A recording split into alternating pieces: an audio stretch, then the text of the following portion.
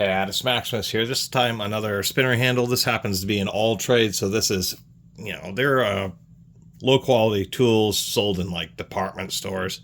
I don't think Walmart, maybe they were like a Kmart brand.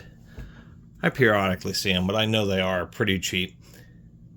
Interestingly enough, this spinner handle, it must have come with some kind of set, but what it is, it's either a copy or it is made by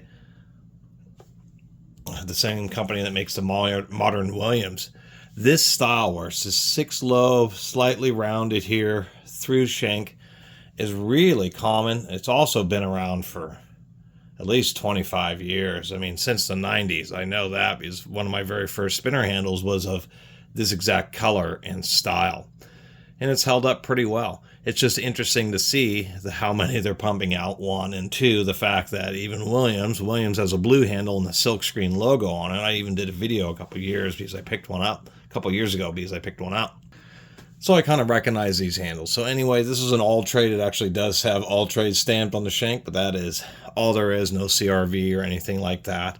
I kind of like these just because they have a little bit of a deeper stem on them, which I kind of like, just because when you put it on sockets, it just sits deeper and they tend to hold just a little bit straighter and have a little bit less wobble on them.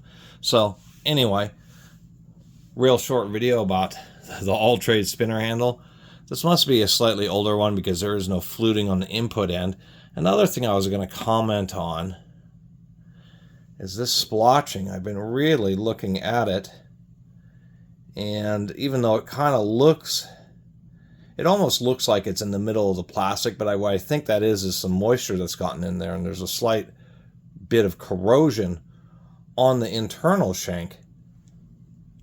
But it's just really hard to tell. It really almost looks like there's just some splotchy coloring just in the cross-section of the plastic here. In this situation, since it does have the extension, they just have a couple of pinches on each side of the shaft to get the screwdriver handle to stay in place and not want to spin around. It isn't the same as pressing it flat, but in the situation where you're going to apply torque as an extension, it's probably better that they do it that way, because then there's less likelihood of twisting.